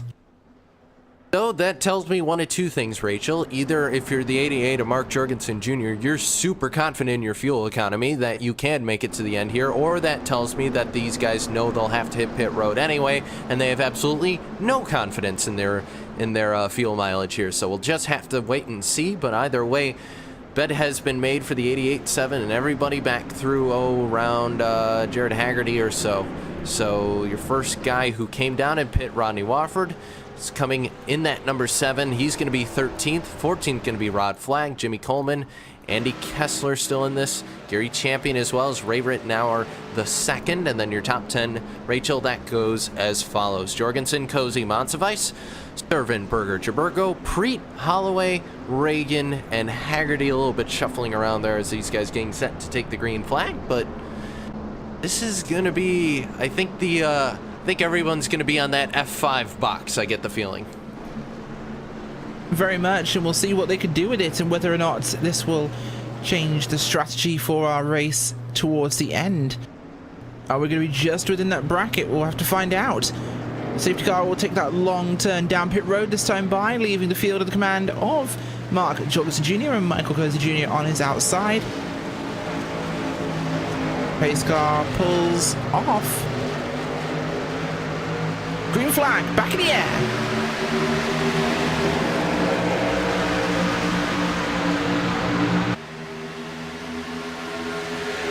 Junior pulling up high very early to block off Cozy. Impressive move there, perhaps a little bit sudden, but low side going to get a good push now with Berger getting into the back of the 3 of Servant. Chaburko pushing the 54 of Monster of Ice into the 77 though, as Wofford at the back of this lead group here. He's not really lost many places. Flags up there as well. These guys are still hooked in, but of course they have got a bit more fuel on board, which could be everything. Somebody out front like Jorgensen Jr. cannot afford to save. He's out front. He can't save fuel, so he's got to have a plan somewhere. Yeah, and he's going to get a little bit of help. He gets the 77, I should say, got right to the back bumper of Jorgensen. You can feather a little bit when you're the leader, but that's what can happen if you're doing that, Rachel. A little bit of contact with Paul Servant in the number 3. They'll wiggle a little bit. That's going to force the 24 of Andrew Berger back into line around Brandon Chaburko, the 46 of Richard Reagan Jr., and that's going to allow Monsivice up on that top side to be able to pull away a little bit here. He's got help from Spencer Preet and the 72 car, as well as the 26 of Holloway, the 01 of Travis Brown back in this thing as well. So the guys on the top side trying to make things happen, and 2 cars clear of Servant as they head back into turn number 3, but Servant tries to claw it back on the inside. He does, but not going to happen too soon because Jorgensen Jr. gets back down in front of him. Locking now as he goes back up to the top again, just because I think he heard me say that. But he's going to try and hop on top of that top line there and see if he can keep this one under control. But I think he's having to gamble on there'll be another caution at this point. Maybe he's trying to bottle people up to encourage that, so he can get himself on the same strategy as everyone else, because I think even the guys who pitted very late in this one would still come down. Although I think a caution here if you just pitted on the one to go. For the guys like, of course, Kessler, Flag, and Wofford, I think a caution puts you firmly in the green, Cisco. Yeah, oh yeah, if a caution came out, this completely changes the face of this race, and means that these guys, Jorgensen, Servant, Berger, their strategies, it'll work out for them regardless. So they're hoping that a caution does come out, makes this a whole lot easier. Meanwhile, if you're the 7, I'm thinking, you know, if you can make it from here, if you're saving and you think you can make it, well, this might actually work out if caution doesn't fly. But either way, it's going to be very close on fuel mileage, but that's not going to stop these guys from racing it up front, because right now the 3 trying to pull the 24 along with him, that's Servant and Berger, and meanwhile Cozy Jr. making it work on the top side all alone. And you know what that tells me, Rachel? I think the 88's feathering the throttle a little bit, because he was able to get a huge run off turn 2 just on his lonesome.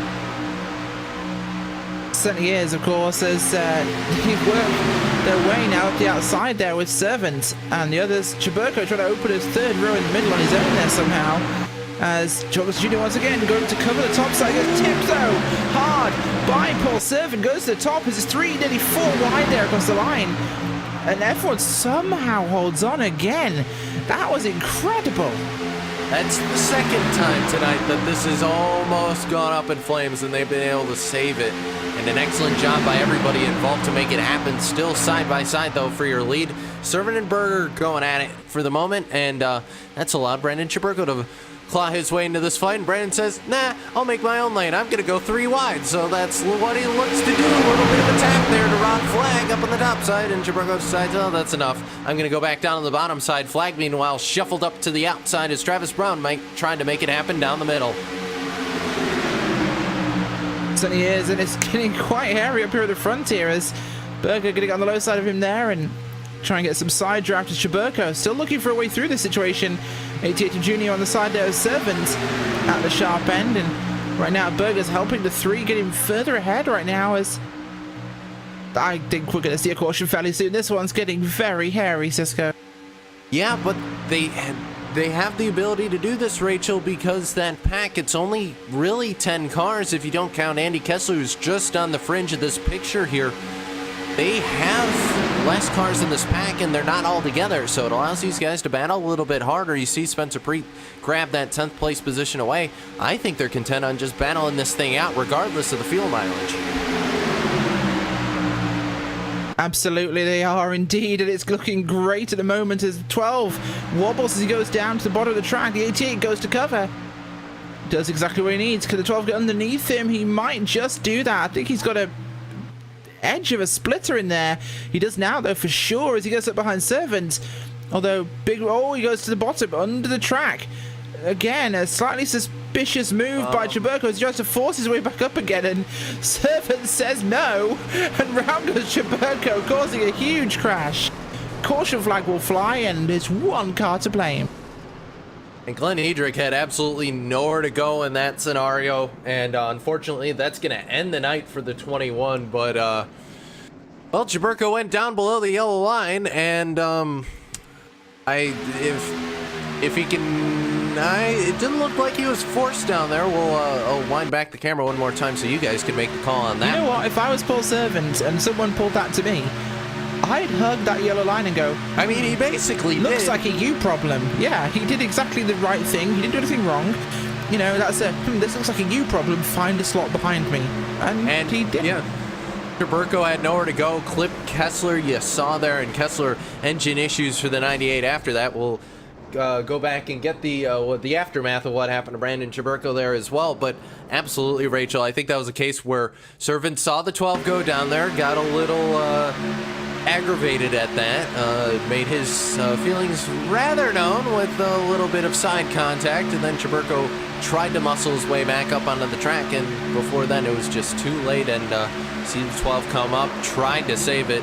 10 gets a piece of it, 98 gets a piece of it, Thiel somehow got through it, and then Haggerty and Hedrick his second big hit today, and I think for Hedrick it's starting to get a bit old, because that is the second time that he has had a extremely hard hit on the wall there. So we cut back to the live feed because cars coming down pit road, a couple staying out, faking it's going to be Cozy and Travis Brown, so they're going to stay out here on pit road. Everybody else though behind these guys looking like, well, a couple more going to stay out, Reagan and Preet, but a lot of guys coming down pit road here, Rachel, to top off, and that will for sure get these guys to the end here.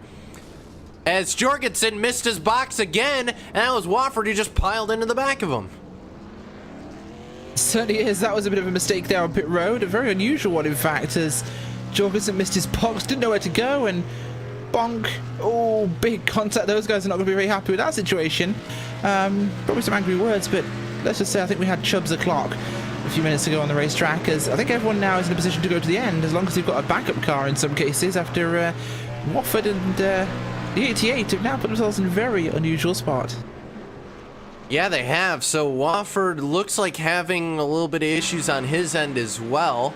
Jorgensen gonna sit in the box, maybe waiting for Cheburko to get the quick repair and work their way back through this field. So I think that's the thinking behind the 88. Remember, Cheburko and Jorgensen, they have a win, Rachel. They don't have to worry about getting a win and locking themselves in here. They're good to get into the playoffs here. So guys like Travis Brown, Michael Cozy Jr., Richard Reagan Jr., even Spencer Preet, talk about Spencer Preet, he's right on the border of trying to get into the playoffs here. So that win would absolutely help the 72, but it also helped the 01, the 77, the 46, basically everybody up in this group here, even Rod Flag. Certainly is, and this will be a very interesting run to the end here as we have, wow, 15 laps to run in 25 minutes. We will make it on time as long as we don't crash every 5 seconds. But everyone here is good now. This will be a very tricky end. Yeah, it will. I'm looking to see. The 88 is back out. So I think he was waiting to see if he could work with Cheburko. But either way, Cheburko's still stuck on pit road here. So he's not going to be out here. He's going to fall down one lap now. He's going to fall behind Haggerty and Thiel. The two cars also down a lap. Haggerty's gotten out of that vehicle after the contact. Thiel's still out on the racetrack, and he is the only car at this point who's still a lap down. So Thiel hoping he can get the lucky dog or get it back the hard way, hoping that another caution happens. So either way, Cozy Jr. sitting in a very good position. Travis Brown doing as well. Richard Reagan Jr., Spencer Preet, and Andrew Berger, the four-time champ, sitting in 5th as well. So the guys basic through your top 4 all absolutely need a win right now, Rachel. They certainly do, and I think we're going to see some very tough racing here at the end of this one. Everyone's got up fuel. It's go time. Now is the time to get behind this car and pedal for it, because this is going to be a fantastic run to the line and probably one of our fastest races this season. I had to double check. No, Andrew Berger needs a win too. He's 3 spots out of the cutout line here, Rachel. So a win would absolutely help the 24 as well. And as we talked about beforehand, we are at the point now where if we get another first-time winner, we don't kick someone who's not in the playoffs on points out. We add them in because we have to have at least 5 drivers in on points, or at max 5 drivers in on points. So for the guys, you know, you look, I'll bring it back up so we can look at it a little bit longer here. If you're Paul Servin here, kind of secretly you're hoping that Spencer Preet or Andrew Berger, they get a win, because that'll lock you into the playoffs as well and make things a little bit easier for you here. So Andrew Berger, Spencer Preet, Paul Servin, all in that scenario. If you're Travis Brown, Daniel Harrington, Ray Rittenauer, Rod Flag, or Harry Tiller, who Tiller doesn't look like is with us this evening, if one of those guys gets a win, you just move the cut line down. So Paul Servin, I think, even if he doesn't win the race, is sitting in a very good position right now here, Rachel. Yeah, certainly is, and that would be a big jump for him, of course, and seeing what he can get from this. So I look forward to seeing whether or not they can actually take advantage of this, but it's going to be a tricky run either way to see what happens with these last few laps, because things are going to be very, very tight when it comes to running this one through to the end. Naturally, of course, there's going to be a lot of guys, all who want to be involved in this.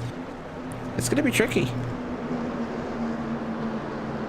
Well, we'll just have to find out, but the lights are out here on the pace car, so, well, one more time, let's re-rack him and Mike Cozy Jr. Yeah, one more time we hope. We still have 13 laps to go at the line when they take it, Rachel, but either way, Mike Cozy Jr., Travis Brown, Richard Reagan Jr., Spencer Preet, Rod Flag, Andrew Berger, Dan Harrington, Ray Rittenauer the second, Brandon Monsivice, and Mark Jorgensen Jr. That's your top 10 here, Rachel's. The iRacing.com Ford Mustang pace car gets set to make that left-hand turn back onto pit road. So he does, of course. Cheburko after race now after his self-inflicted derp last time by, bringing out this current caution. So unfortunately, after he caused the caution, he's now out of the race. So it's kind of punishment in its own rights for what happened there, I think, as Cozy Jr. and Travis Brown will lead us to this, what we hope is a final restart here. A lot of big names behind them who all want to get involved in this one, but there's 4 drivers who've not won in the first 2 rows. Brown, Cozy Jr., Reagan Jr., Preet. Who will win? Well, they decide. Green flag is out. We're racing.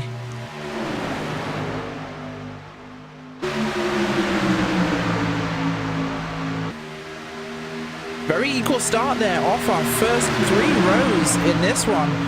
Bit of a jump by the 01, but it's going to stay fairly level here with the top few rows staying very, very close in this one. Cars to watch, Andrew Berger written out a second in there as well. Monsivais, Servant, Jorgensen Jr. all within shouting distance here. 14 cars in the lead lap with a chance of this one, and well, we'll soon see.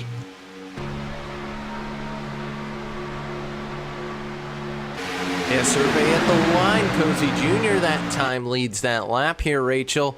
So Cozy doing an excellent job. Now Travis Brown gets the nose out in front of Reagan Jr. as they head into the corner. Not a lot of help down on the bottom side for the 46, but they're making it work. And they had that shorter way around the bottom side of the track. But the problem is, once you come off the corner, they just don't have the speed to keep up with the guys on the high side. So Travis looking to kind of push that 77 of Cozy Jr. up and keep him to the front. Yep, they'll both clear the 46 just barely, but the 46 able to get there before the 01 was able to clear. And now Reagan's starting to get the help he needs. The 24 down on the bottom side, as is Rittenauer the second, who's been kind of in the midst of this fight here, Rachel, but hasn't made a whole lot of noise. This could be Ray's chance to jump in this fight here. Certainly could be, and Ray Rittenauer would be a good one to try and get himself in with a win here. That would be huge for him.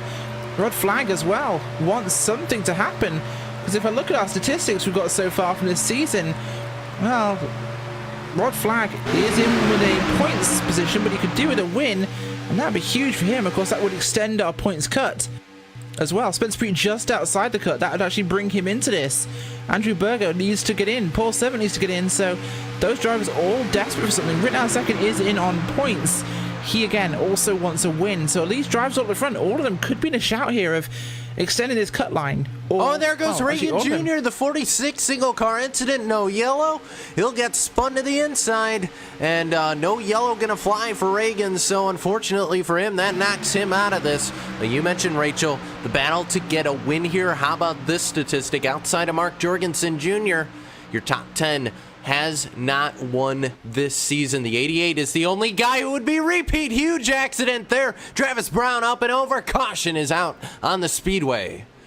We'll show you a replay of what happened. And the 24 Berger clips the rear quarter of Brown, sending him into the guardrail, and an absolute blender of race cars happens here on the backstretch at Daytona.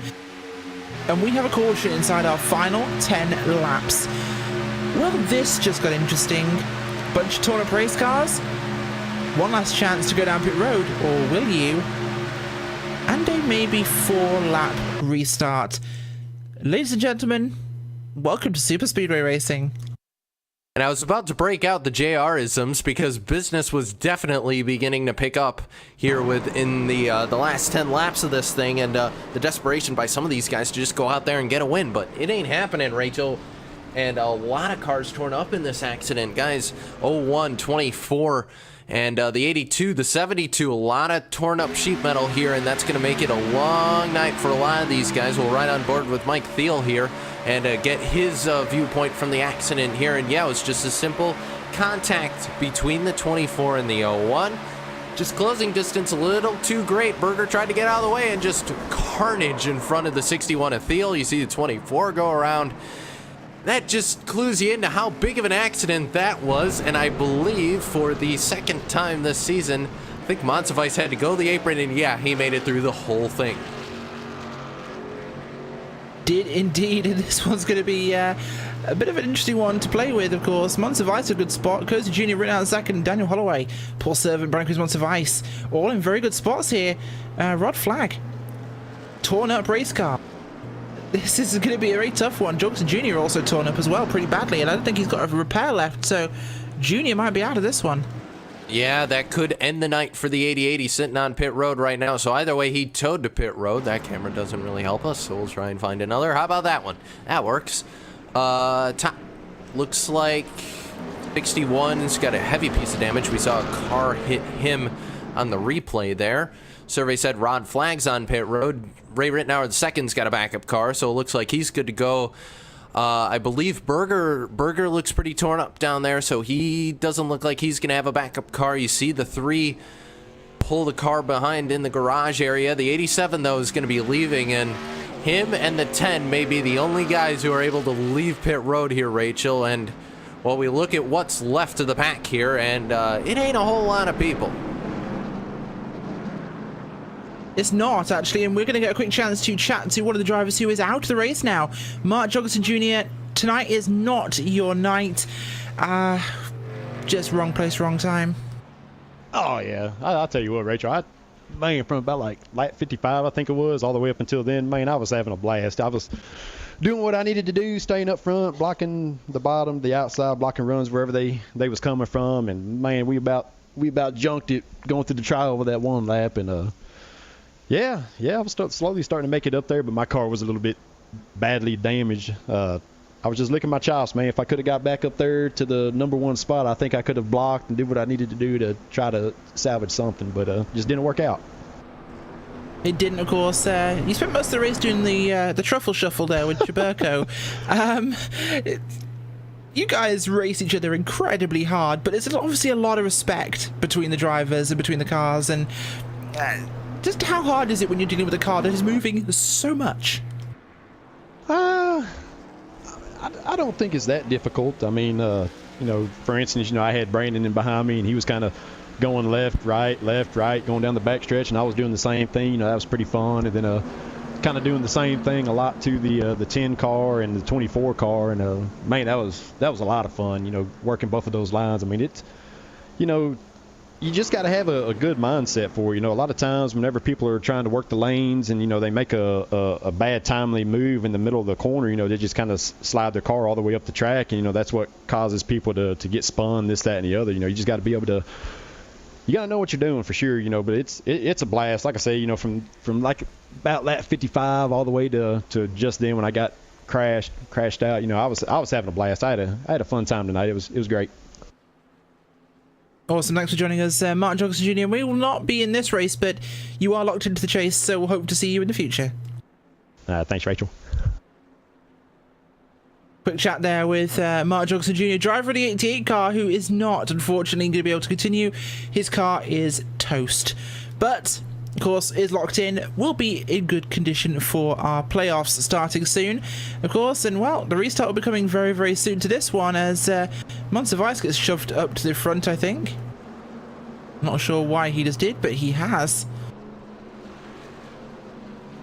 No, he's dropping back. I think he just fancied a bit of a rush up towards the front of the field there as he's scoping out what the pace car looks like. Scoping out. Yeah, he wants to see what the pace car looks like, you know?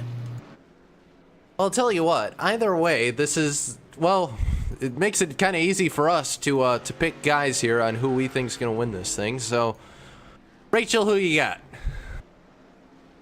I do not know at this point, actually. Things are pretty Pick a car, busy, any car. I think I've got some money here on Paul Servant.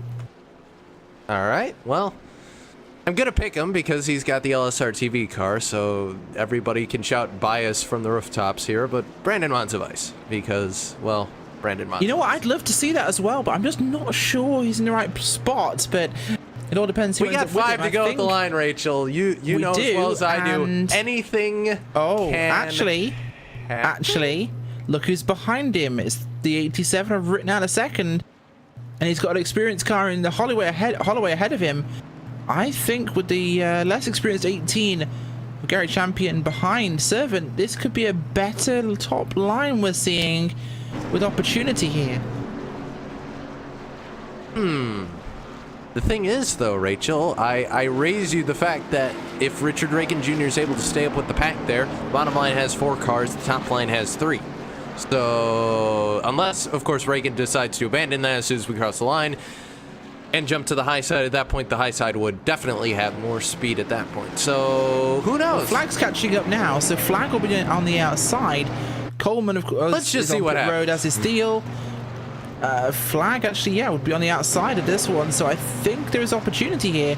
Our top line's very strong. Flag, Montevice, written out a second at Holloway. Let's get it done. Yeah, let's see what happens, and I think, well, I don't know. I don't know, man. I don't know. Let's see what happens, Rachel.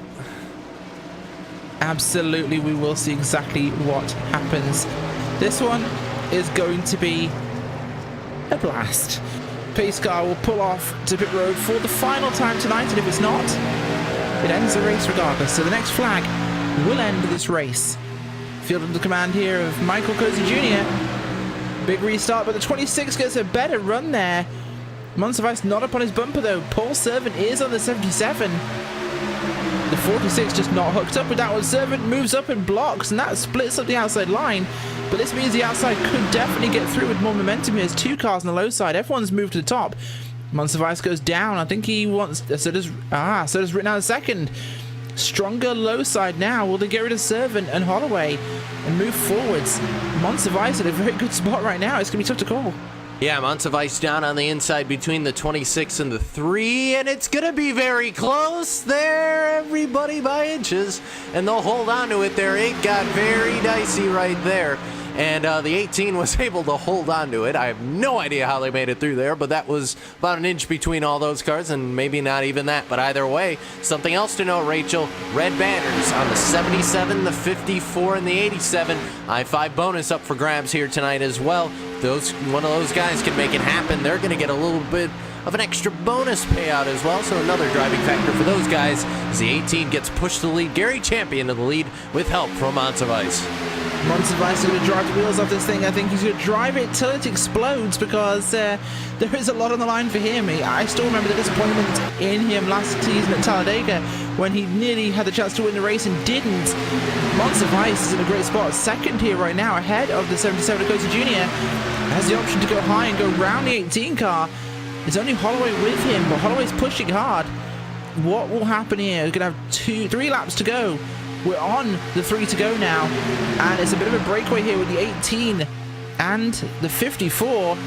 Everyone's single file now. This is the opportunity he needs. He's going to go high. Will he have any friends to help him? Cozy Jr. is going to go for it. So will Savant. Could this be the run to the end for him? Could this be Monsivice getting it out front late in the game? Will this be the one for him? Second one for him. In that case, it'll be his second win on the season if he can make it happen. But coming to 2 laps to go, they go side by side, 2 by 2 there for your top 4 positions. Monsivice at the line, he'll get it. So a lot of horsepower under that LSRTV Chevrolet, and the Ford power plant, as you see, I believe that's the 82 Harrington, not able to make it with an engine back onto the racetrack, so probably not done for the 82. But here comes Holloway and Champion on the inside. Paul Servant running third, and goodbye Branson Monsivice. He's catching the train to the back of the pack. No, Cozy will go with him. Monsivice is not out of this yet, but Champion leads the field. Rittenhouse losing the draft back there. He's not able to hold on at the moment, I don't think. He's not damaged, just unlucky. Cozy Jr. drops down though. I think he realizes it might be a little futile at the moment, but we'll be getting the 1 to go this time by. White flag will fly here at Daytona. And who will cross the line next time by? That'll be it. Will we see a first-time winner? Will we see a repeat winner? It's all to be decided in 1 lap, and it's going to be close. Right now, Gary Champion in a fantastic spot. Champion a very good spot as they come off of turn number 1 this time. Turn number 2, Gary Champion leads with help from Daniel Holloway. Servant looks to the inside, but nothing's there. Holloway looks low. Holloway looks high. He's got a nose, and they're going to go side by side into 3, Rachel. They really are, and it's going to be a close 2 chances for first-time winners here. Who can get this one done? It's going to be 2 wide, possibly 3 wide to the end. Champion, in a great position here to make this one work. And it'll be a drag race to the line. Holloway on top. And it's Gary Champion. The 18 first time win for the 18. Another winner, a unique win this season. 10 races, 10 winners, and it's a first time for Gary Champion. And I think we may have just had another finish that broke the timing. I will double check. We did. I think it broke iRacing. Yep. We'll have to see. We'll slow it right down at the line if we can. The 26 had such a huge run on the top side, Rachel. Holloway and Monsivice coming down into the tri-oval here. We'll see if we can maybe cut to a low angle. Here we go. This will be a good shot at it. He lost momentum. The contact between the 26 and the 18 just slowed his momentum a slight bit as he went up the track, and the 18 took it by about a splitter, ladies and gentlemen. A splitter. That was close, and we didn't really get a good shot of it there, so let's see if we can try this thing again. But either way, super close right there at the line there, Rachel. And ladies and gentlemen, welcome to the Super Speedway Cup. Yep, This is what these guys do. What a season we're having. There we go. That's going to be a little better kind of view of that one. So messing with the cameras there. You see the 26. He got such a run, but you're absolutely right, Rachel. The 18 came up and just bounced off the 26, and that's all it took. There you see the 18 come up and make the contact, and they're together at the line a la Craven and Bush. And yep, there it is. The 18 just gets the 26. And for Daniel Holloway, it's close, but bridesmaid once again.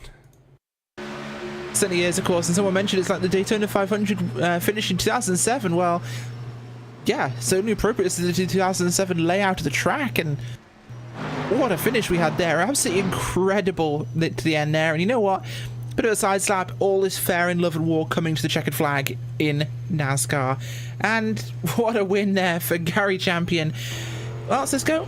We're going to go for a very quick break. We'll be right back with our post-race coverage, of course, and chances to chat to the drivers.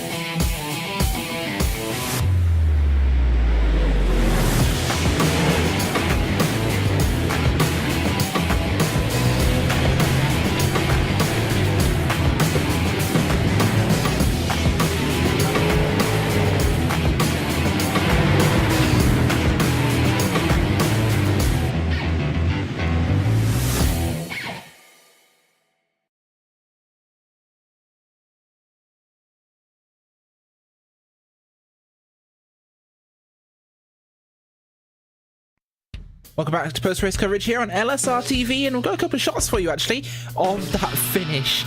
Look at this, guys. Look at how close that was. This was point-blank racing, and what a finish we had there between the 26 and the 18, and well, fair dues to Daniel Holloway and Gary Champion. That was 0.02. That's how close that looks. 0.02 seconds, 2 1/1000ths between them. Well, we are going to have a chance to talk to at least one of the drivers tonight. That is Brandon Cruz-Montevice, who came home today in the 4th place.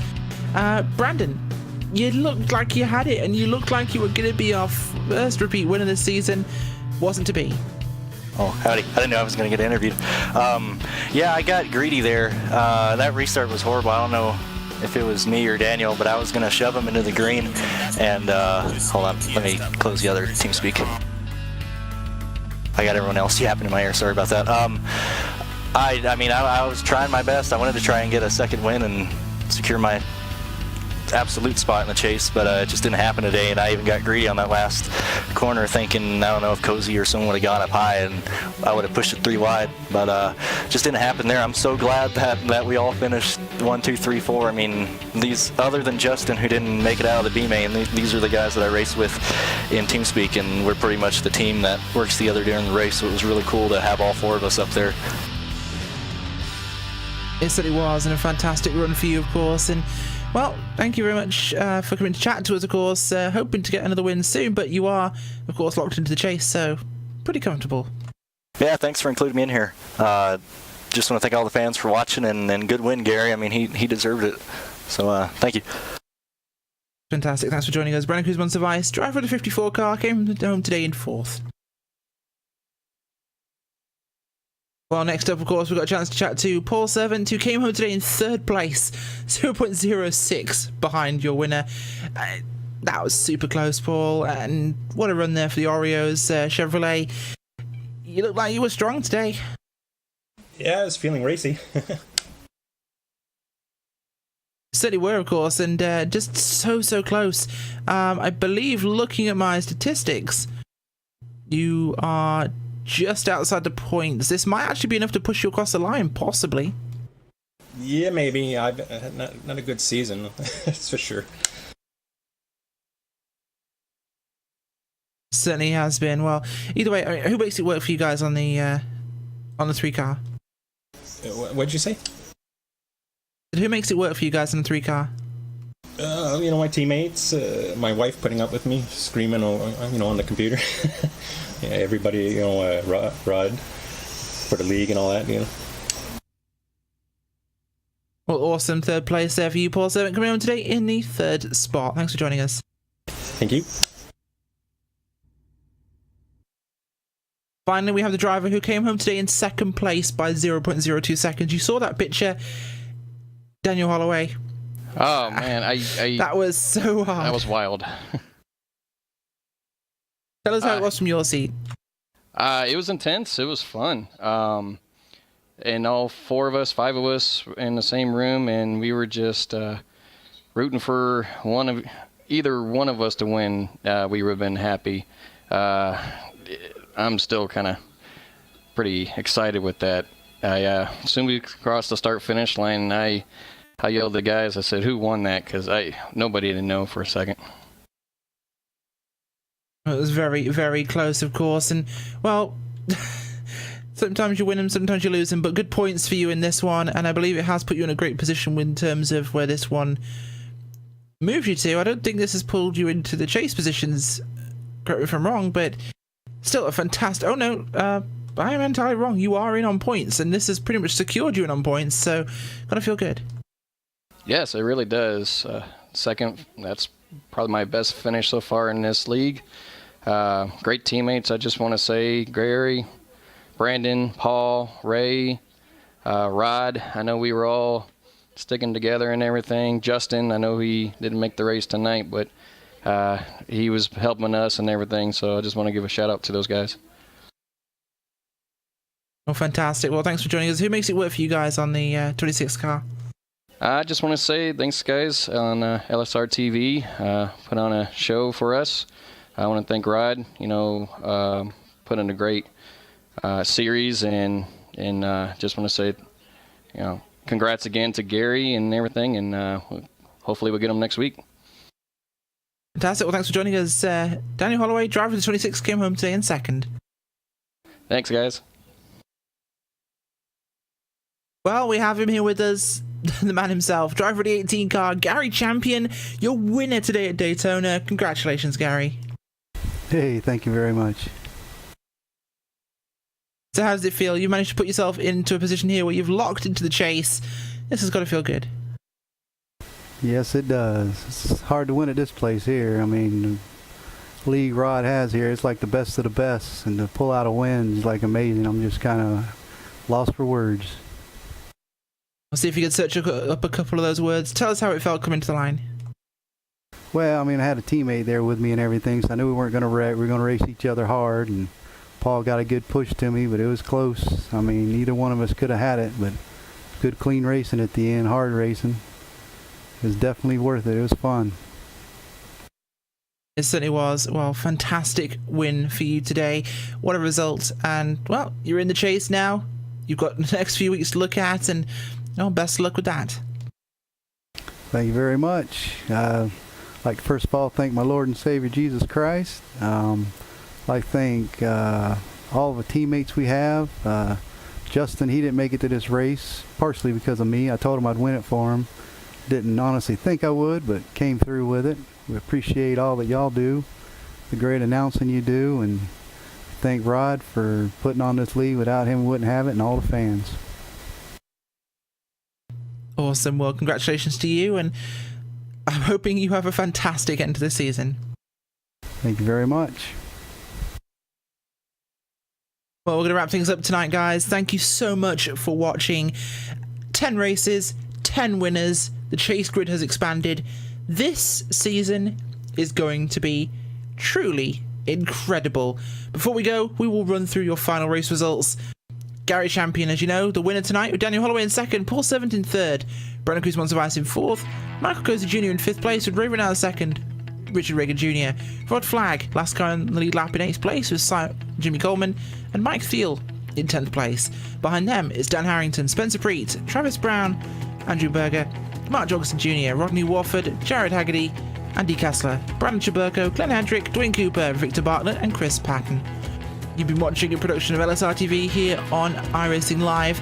I've been Rachel Whiteford. I've been joined by Cisco Scaramuza, producer and commentator extraordinaire when he isn't choking on macaroni. And you've had a great night. Thank you so much for joining us, guys, and we will see you same time next week.